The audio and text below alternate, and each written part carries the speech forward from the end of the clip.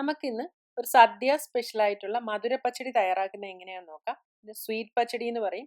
ഇത് സാധാരണയായിട്ട് കല്യാണ സദ്യകൾക്ക് വിളമ്പുന്ന ഒരു പച്ചടിയാണ്. നമുക്കപ്പോൾ ഇത് തയ്യാറാക്കുന്നത് എങ്ങനെയാണെന്ന് നോക്കാം. ഇനി ഒരു മൺചട്ടിയിലേക്ക് 1 കപ്പ് പൈനാപ്പിൾ കൊത്തി അരിഞ്ഞത് ചേർത്ത് കൊടുക്കാം. ഞാൻ ഇതൊരു ഫുഡ് പ്രോസസ്സറിൽ ഇട്ടൊന്ന് മിൻസ് ചെയ്തെടുത്തതാണ്. ഇനി ഇതിലേക്ക് എരിവിനനുസരിച്ച് 2 പച്ചമുളക് ചേർത്ത് കൊടുക്കാം.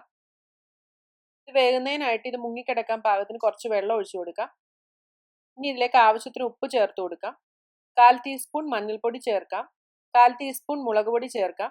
ഇനി ഇത് നന്നായിട്ടൊന്ന് ഇളക്കി യോജിപ്പിക്കാം. എന്നിട്ട് ഇത് അടച്ചു വെച്ചിട്ട് നന്നായിട്ട് വേവിച്ചെടുക്കണം.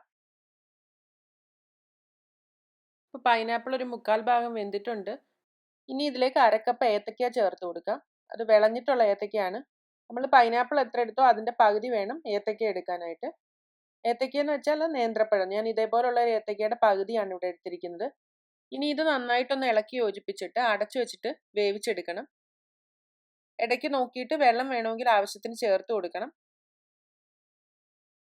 ഇനി ഇത് വേകുന്ന സമയത്ത് നമുക്ക് ഇതിൻ്റെ അരപ്പ് തയ്യാറാക്കാം. അതിനായിട്ട് 1/2 കപ്പ് തേങ്ങ, അതിലേക്ക് 1/4 ടീസ്പൂൺ കടുക്, 1/4 ടീസ്പൂൺ ജീരകം, എന്നിട്ട് കുറച്ച് വെള്ളം ഒഴിച്ചിട്ട് ഇതൊന്ന് നന്നായിട്ട് പേസ്റ്റ് പോലെ അരച്ചെടുക്കണം.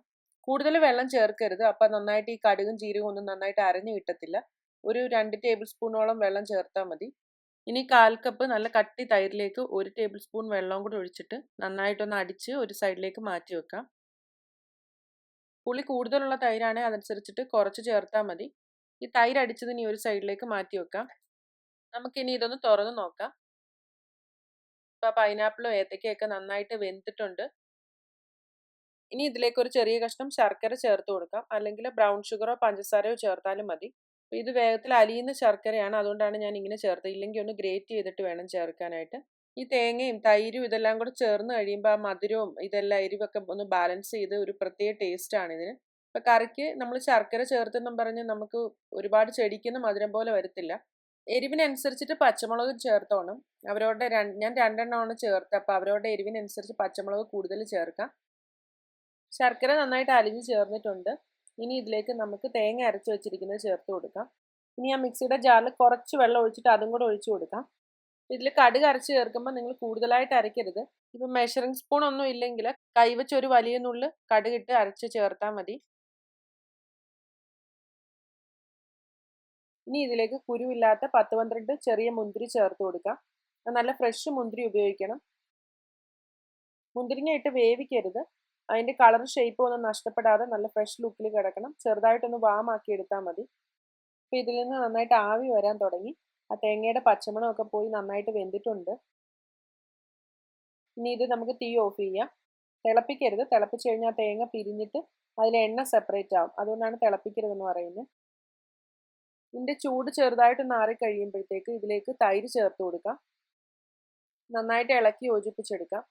പൈനാപ്പിൾ നമ്മൾ 1 കപ്പ് എടുത്താൽ അതിൻ്റെ പകുതിയാണ് ഏത്തയ്ക്ക ചേർക്കേണ്ടത്, അതിൻ്റെ പകുതിയാണ് മുന്തിരിങ്ങ ചേർക്കേണ്ടത്. അങ്ങനെ ഓർത്താൽ മതി. ഇത് തണുത്ത് കഴിയുമ്പോൾ കുറച്ചും കൂടെ ഒന്ന് കുറുകി വരും.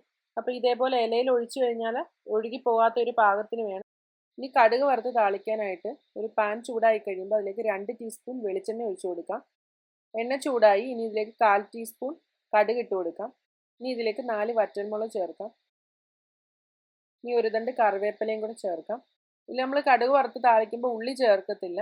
നമുക്കിനി ഇത് താളിച്ചത് അതിൻ്റെ പച്ചടിയിലേക്ക് ചേർത്ത് കൊടുക്കാം. ഇപ്പം നമ്മുടെ മധുര പച്ചടി റെഡിയായി. അപ്പോൾ വീഡിയോ ഇഷ്ടമായിട്ടുണ്ടെങ്കിൽ നിങ്ങളുടെ ഫ്രണ്ട്സിനും ഫാമിലിക്കും ഒക്കെ ഷെയർ ചെയ്ത് കൊടുക്കുക. ഇത്തവണ വിഷുവിന് എല്ലാവരും ഇതൊന്ന് ട്രൈ ചെയ്ത് നോക്കുക. എന്നിട്ട് അഭിപ്രായം അറിയിക്കുക. വളരെ ടേസ്റ്റി ആയിട്ടുള്ളൊരു കറിയാണ്. അപ്പോൾ നമ്മൾ സെർവ് ചെയ്യുന്ന സമയത്ത് ഒരു മുന്തിരിങ്ങയും കൂടെ ചേർത്തിട്ട് വേണം സെർവ് ചെയ്യാനായിട്ട്.